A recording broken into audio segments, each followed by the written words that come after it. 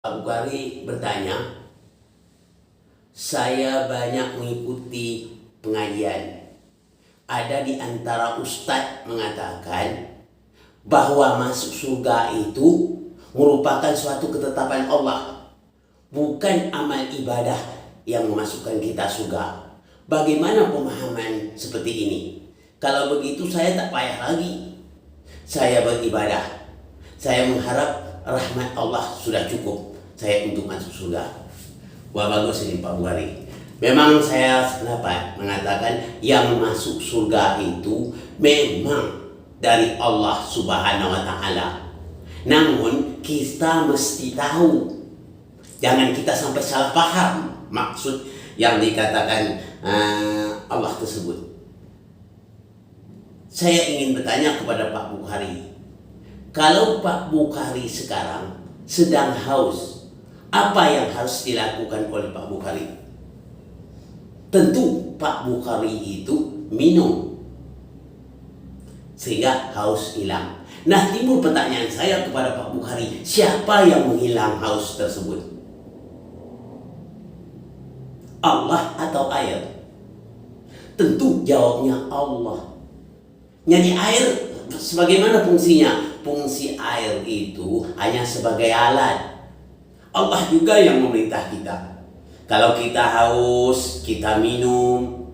Kalau kita makan, kalau kita lapar, kita makan.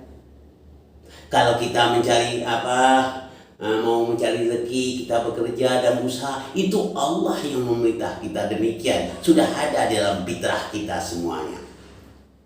Jadi untuk jawab tersebut Pak Bukhari, memang Allah yang memberi kita itu surga, tapi dengan syarat tertentu, ada alatnya. Sebagaimana yang dikatakan Allah di dalam surah Al-Kahfi ayat 17 yang bunyinya, A'udzubillahi minasyaitonirrajim, Bismillahirrahmanirrahim. Innal ladzina amanu wa amilus solihati kanat lahumul jannatul firdausi nuzula. Sesungguhnya kata Allah, orang-orang yang beriman dan beramal soleh disediakan Allah surga Firdaus tempatnya. Jadi kita harus maklumi, ya. Jadi alatnya kalau kita mau masuk surga ada punya syarat. Ada punya alatnya. Apa syaratnya? Kita harus beriman. Setelah itu apa? Beramal soleh. Baru kita dimasukkan oleh Allah Subhanahu wa Ta'ala. Namun iman dan amal soleh itu merupakan syarat untuk masuk surga. Semuanya harus punya syarat. Dalam kehidupan kita juga sedemikian. Boleh kita buktikan secara ilmiah. Katakanlah saya ini mencalon Presiden Republik Indonesia. Saya mendapat suara terbanyak 95%. Nah, timbul pertanyaan, siapakah yang menjadikan saya itu presiden? Atau rakyat Indonesia 100%? Atau Allah?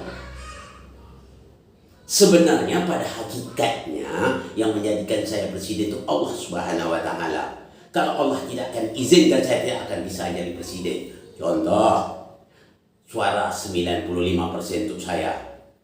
Pas waktu mau dilantik atau mau dikokohkan sebagai presiden, pelantik presiden, panggilan Allah tiba. Apakah saya jadi presiden? Tentu jawabnya tidak. Saya jadi almarhum. Nah, begitu juga. Dan yang mutlak menentukan Allah. Jadi syarat yang dipilih itu, ya rakyat Indonesia semuanya memilih, kita penuhi syarat itu adalah syarat yang harus kita penuhi. Namun hak mutlaknya dari Allah Subhanahu wa Ta'ala.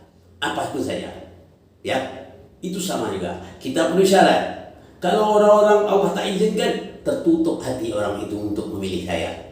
Satu pun orang tak memilih saya, hatinya tertutup. Nah, semua kejadian sama. Jadi semua yang ada di Indonesia ini sebagai syarat saja, mutlaknya dari Allah Subhanahu wa Ta'ala. Kalau Allah tidak izinkan, tidak bisa kita apapun. Kalau kita sakit, Itu syaratnya kita sakit apa? Perlu kita berobat. Akan kita sembuh dari penyakit. Dan siapa yang menyembuh penyakit? Apakah obat atau Allah? Tentu sama juga, pada hakikatnya Allah yang menyembuh. Berobat itu apa? Hanya sekedar usaha. Apakah usaha itu tetap berhasil selamanya? Belum tentu. Ada teman saya dahulunya teman saya dulu gitu.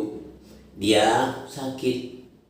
Berobat dia ke Elizabeth hospital itu di Singapura. Akhirnya di Singapura tidak mampu, akhirnya diantar ke Amerika. Akhirnya dia juga meninggal dunia. Kenapa? Allah sudah mencabut nyawanya. Jadi ketentuan semuanya dari Allah. Dari sini saya mengambil kesimpulan bahwa syarat-syarat untuk masuk surga itu harus beriman dan beramal soleh, baru datangnya rahimnya Allah Subhanahu wa taala, kita akan masukkan Allah ke surga. Ini saja yang dapat saya sampaikan pada kesempatan ini. Mohon maaf dari segala kekurangan. Wabillahi taufiq wal hidayah. Assalamualaikum warahmatullahi wabarakatuh.